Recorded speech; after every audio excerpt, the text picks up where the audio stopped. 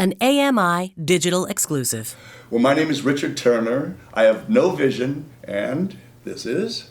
And you're the subject of the documentary. That's right, I'm the subject of a documentary called Dealt. D-E-A-L-T as in Dealt a Hand of Cards. And my name is Luke Korem, and I'm the director of the film Dealt.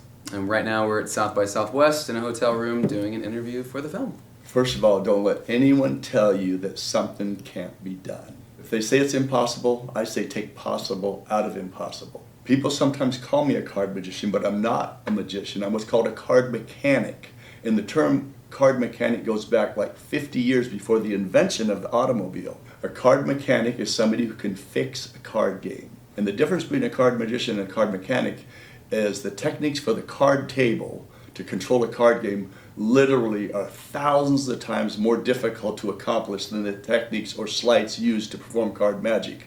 There are many, many very good card magicians, but there are only a handful of world-known card mechanics. Obviously, Richard has an incredible life story, and the film kind of weaves together his past and his present. So it's goes back into when he was a boy, when he started losing his vision, and how he discovered a pack of cards, how he was drawn to the sense of touch from him when he was watching the show Maverick as a young boy. And then today with his family, his wife Kim, his son Asa, and his sister Lori all play integral parts of the film.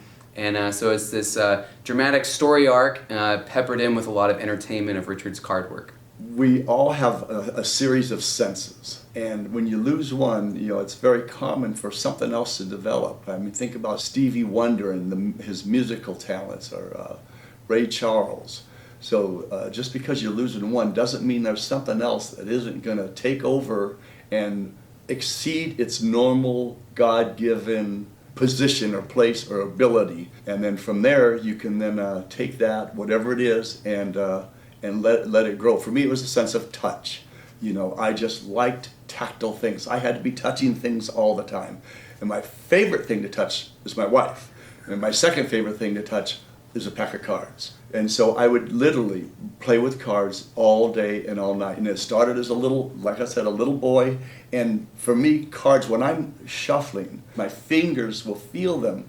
They will feel like as thick as a board, even though they're only 11.5 thousandths of an inch thickness on this particular deck. And because of that touch, I was able to develop what I did. But then comes the work.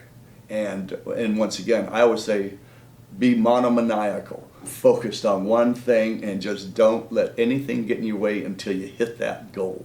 Now, people think they can learn what I do in like 5 or 10 easy years. It's not going to happen. Seriously, I started working with cards 55 years ago. 1971 is when I first started messing with cards. And I've made a living with cards for over 40 years. But there was a period of time when I practiced like 10 to 20 hours a day, 7 days a week for 26 years straight. I'll say that again. 10 to 20 hours a day, 7 days a week for 26 years straight. For some people who don't know, one of the ways I met Richard is my dad made his living as a magician for many years. And I used to perform until I was about 15 or 16. So I myself am a magic fan. I've always been a magic. But what Richard does, I think, just stands out, because when the first time I saw what he does, it's different than magic, because it's actually a skill, and it blows your mind. So what I do fascinates people in that I can take people's money at the card table, and when they see that I can sit there and make anybody win or lose at will, like you can shuffle up a deck of cards, blackjack, I'll beat you every hand, or I can let one person win, take everybody else's money. And when people see that, they go, oh my gosh, I'd be rich. And so it has that separate fascination over and above being fooled with magic tricks, because of just that sinful nature that we're born into, and that little bit of larceny that everybody seems to have. So that's why it has a little extra appeal, because it hits that emotion about dollars, dollars, dollars. And I've had $1 million offer to cheat in the Middle East for oil money. When you start getting involved with those people, your life is on the line. So I say thank you, but I'll pass. Follow us on Facebook on the Dealt Movie webpage, as well as Accessible Media Inc. Like it on Facebook to learn more about how you can see this film. Also, we're really excited that we will be adding audio descriptions to this movie. It's something we are very excited about to make it even more enjoyable for people who are visually impaired. So far, our audiences, we've had 2 standing ovations, sellout crowds, And we're just really excited about it. So follow us on our Delt Facebook page, and you can find out more about the film. Visit ami.ca for more accessible media.